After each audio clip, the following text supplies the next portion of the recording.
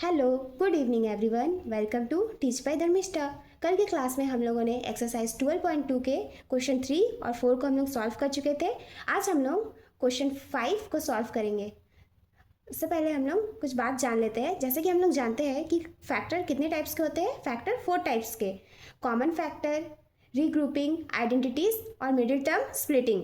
तो हम लोग कॉमन फैक्टर से किस तरह से फैक्टर निकालते हैं सीख चुके हैं, रीग्रुपिंग से किस तरह से फैक्टर निकालते हैं सीख चुके हैं, आइडेंटिटीज से किस तरह से निकालते हैं वो भी सीख चुके हैं। आज हम लोग सीखेंगे कि मिडिल टर्म स्प्लिटिंग से किस तरह से फैक्टराइज करते हैं। आज के क्लास में हम लोग सीखेंगे। तो चलिए आज की क्लास को स्टार्ट करते हैं और मिडिल टर्म स्प्लिटिंग से किस तरह से फैक्टराइज करते हैं सीखते हैं। तो क्वेश्चन 5 बनाने से पहले हम लोग कुछ क्वेश्चंस को सॉल्व कर लेते हैं जिससे आपको और अच्छे से क्लियर हो जाए, क्वेश्चन 5 सॉल्व करने में कोई प्रॉब्लम ना हो। तो first question y square plus 8y plus 16। तो मिडिल टर्म स्प्लिटिंग में क्या होता है कि फर्स्ट और लास्ट वाले को मल्टीप्लाई करना होता है। तो फर्स्ट और लास्ट, ये जो है हम लोग का फर्स्ट और लास्ट, इन दोनों को हम लोग को मल्टीप्लाई करना होगा। तो ये क्या है, यहाँ पे क्या है, कुछ नहीं है, तो 1 है और यहाँ पे 16 है। तो 16 इंटू 1 करेंगे, तो 1 इंटू 16 करेंगे तो आपको कितना आएगा, 16 ही आएगा। और फर्स्ट और लास्ट को मल्टीप्लाई करने पर जो वैल्यू आया, ये जो वैल्यू आया, इसको प्लस या माइनस करने पर ये बीच वाला आना चाहिए। प्लस या माइनस करने पर, प्लस या माइनस करने पर, प्लस या माइनस करने पर ये आना चाहिए। मतलब ऐसा इन दोनों को जब हम लोग फर्स्ट और लास्ट वाले को जो मल्टीप्लाई करते हैं तो प्लस या माइनस करने पर ये बीच वाला सेकंड वाला वैल्यू आना चाहिए। तो हम लोग जैसे कि यहाँ 16 लिखा है, तो 16 को हम लोग किस तरह से फैक्टराइज करें कि प्लस या माइनस करने पर ये 8 आए। तो हम लोग 16 को लिख सकते हैं 4 इंटू 4, 4 4 जा 16, और 4 को अगर हम लोग प्लस करेंगे 4 प्लस 4 तो हम लोग कितना आ जाएगा, 8 आ गया। तो कहने का मतलब है कि फर्स्ट और लास्ट वाले को मल्टीप्लाई करने पर जो वैल्यू आया वो वैल्यू हम लोग का बीच वाला सेकंड वाले को प्लस या माइनस करने पर आना चाहिए। तो हम लोग देखिए, हम लोग को फर्स्ट और लास्ट वाले को मल्टीप्लाई करने पर कितना आया, 16 आया। तो 16 को हम लोग प्लस या माइनस किस तरह से करें कि हम लोग का सेकंड वाला वैल्यू आ जाए। तो हम लोग देख रहे हैं 16 को हम लोग 4 इंटू 4 लिख सकते हैं। तो 4 प्लस 4 को प्लस करेंगे तो हम लोग का 8 आ जाएगा। तो हम लोग इसको किस तरह से लिखते हैं, इस तरह से लिखते हैं वाई स्क्वायर प्लस, यहाँ पर क्या है, 8y है। तो 8 को हम लोग किस तरह से किए फैक्टर, तो यहाँ 4 प्लस 4 किए तो यहाँ पर हो जाएगा 4y प्लस 4y, 4 प्लस 4 8, और 4 4 जा 16 प्लस 16। अब हम लोग इसको देखेंगे, यहाँ भी y है, इस वाले में भी y है, दोनों में y कॉमन है, तो दोनों में y बाहर निकाल लेंगे तो यहाँ क्या बच जाएगा, y प्लस 4, और यहाँ भी हम लोग को इसी को लिखना होता है y प्लस 4। अब हम लोग क्या नंबर से इसको मल्टीप्लाई करें इसको कि ये वाला वैल्यू आए, तो हम लोग 4 से कर सकते हैं, प्लस 4 से हम लोग अगर करेंगे तो 4 को y से करेंगे तो 4y, और 4 प्लस इसको 4 को करेंगे तो 4 4 जा 16, तो plus 4y plus plus plus 4 4 16 आ गया। तो हम लोग इसको लिख सकते हैं y प्लस 4, और यहाँ भी y प्लस 4। इस तरह से हम लोग मिडिल टर्म में स्प्लिटिंग फैक्टराइज करते हैं। चलिए और एक क्वेश्चन सॉल्व करते हैं जिससे आपको और अच्छे से क्लियर हो जाए, उसके बाद हम लोग एक्सरसाइज की ओर चलेंगे। Second question, x square minus 10x plus 25। तो मैंने अभी कहा कि फर्स्ट और लास्ट वाले को मल्टीप्लाई करने पर, तो फर्स्ट और लास्ट वाले को मल्टीप्लाई करेंगे हम लोग, तो यहाँ पे क्या है, 1 है और यहाँ पे क्या है, 25।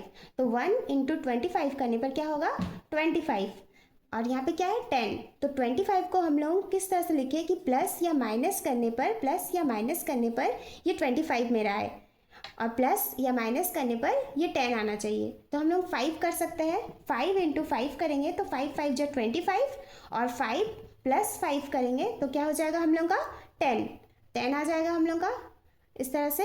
तो हम लोग इसको किस तरह से लिख सकते हैं, एक्स स्क्वायर है, यहाँ एक्स स्क्वायर लिख देंगे, यहाँ पे 25 है, इसको 25 लिख देंगे।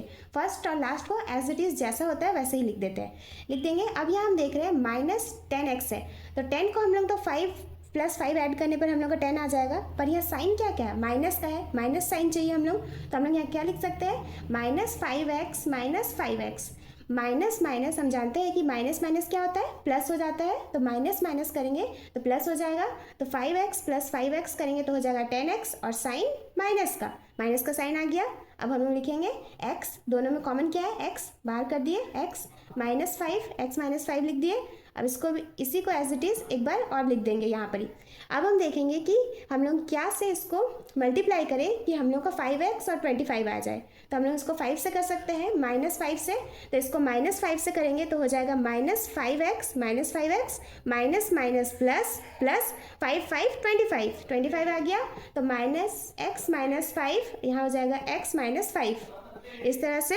तो अब हम लोग चलिए एक्सरसाइज की ओर चलते हैं। तो एक्सरसाइज क्वेश्चन नंबर 5 का फर्स्ट क्वेश्चन को बनाते हैं। फर्स्ट क्वेश्चन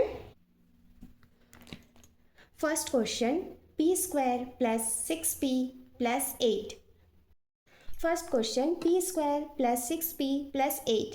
तो हम जानते हैं कि फर्स्ट और लास्ट वाले को मल्टीप्लाई करने पर जो वैल्यू आता है उसको प्लस या माइनस करने पर ये सेकंड वाला आना चाहिए। तो चलिए इसको करते हैं। तो यहाँ पे क्या है, 1 × 8 करेंगे तो हो जाएगा हम लोग का 8 आ गया। अब 8 को हम लोग किस तरह से फैक्टराइज करें कि यहाँ पर ही प्लस माइनस करने पर हम लोग का 6 आ जाए। तो 8 को हम लोग 2 × 4 लिख सकते हैं, जिससे क्या होगा हम लोग का 2 × 4 लिखने पर 2 × 4 करेंगे तो 4 × 2 = 8, और 4 और 2 को प्लस करेंगे तो हम लोग का आ जाएगा 6। 4 + 2 करेंगे तो आ जाएगा 6, बीच वाला वैल्यू आ गया हम लोग का। तो यहाँ पे हम लोग लिखेंगे फर्स्ट वाला एज इट इज़ जैसा है वैसे लिख देंगे, फर्स्ट और लास्ट वाले को p² प्लस 8। अब हम लोग यहाँ पे 6 लाने के लिए क्या किए, 4 और 2 को प्लस कर दिए। तो 4 और 2 को हम लोग लिख सकते हैं 2p प्लस 4p। 4 × 2 = 8, और 4 और 2 को प्लस करेंगे तो हो जाएगा 6। अब हम देखेंगे इन दोनों में कॉमन क्या है, तो p कॉमन है, तो p प्लस 2, इसको ऐसे लिख देंगे यहाँ पर ही p प्लस 2। अब हम लोग ये थर्ड और फोर्थ वाला वैल्यू लाने के लिए इसमें क्या मल्टीप्लाई करें कि ये आ जाए। तो हम लोग +4 से कर सकते हैं। +4 को अगर हम लोग p से मल्टीप्लाई करेंगे तो 4p आ जाएगा, और यहाँ पर अगर 2 से मल्टीप्लाई करेंगे तो 4 × 2 = 8 आ गया। तो p + 2, और यहाँ क्या बच गया, p + 4। ये हो गया answer, bracket p + 2 bracket p + 4। इस तरह से हम लोग मिडिल टर्म में स्प्लिटिंग करते हैं, मिडिल टर्म स्प्लिटिंग में फैक्टराइजेशन करते हैं। Second question q² - 10q + 21। तो 21 फर्स्ट और लास्ट वाले को मल्टीप्लाई करेंगे तो 21 ही होगा, 21। अब 21 को हम लोग इस तरह से फैक्टराइज करें कि प्लस माइनस करने पर 10 आ जाए। तो 21 को हम लोग लिख सकते हैं 7 × 3, 7 × 3 = 21, और 7 और 3 को हम लोग प्लस करेंगे तो हो जाएगा 10। 7 + 3 करने पर हो जाएगा 10।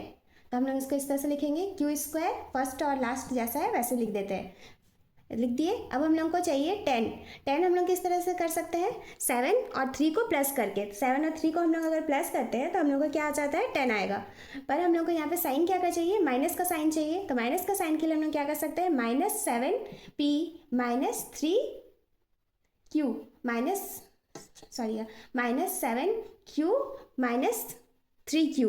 तो माइनस और माइनस दोनों में माइनस हो गया, माइनस माइनस करेंगे तो क्या हो जाएगा, प्लस। तो 7 और 3 को प्लस करेंगे तो हो जाएगा 10, और साइन माइनस का। अब देखते हैं इन दोनों में कॉमन क्या है। कॉमन दोनों में देख रहे हैं हम q है, और यहाँ q बच गया, q - 7। तो यहाँ पे एक बार लिख देंगे वही q - 7, एज यहाँ जो आता है उसी को हम लोग यहाँ पे लिख देते हैं।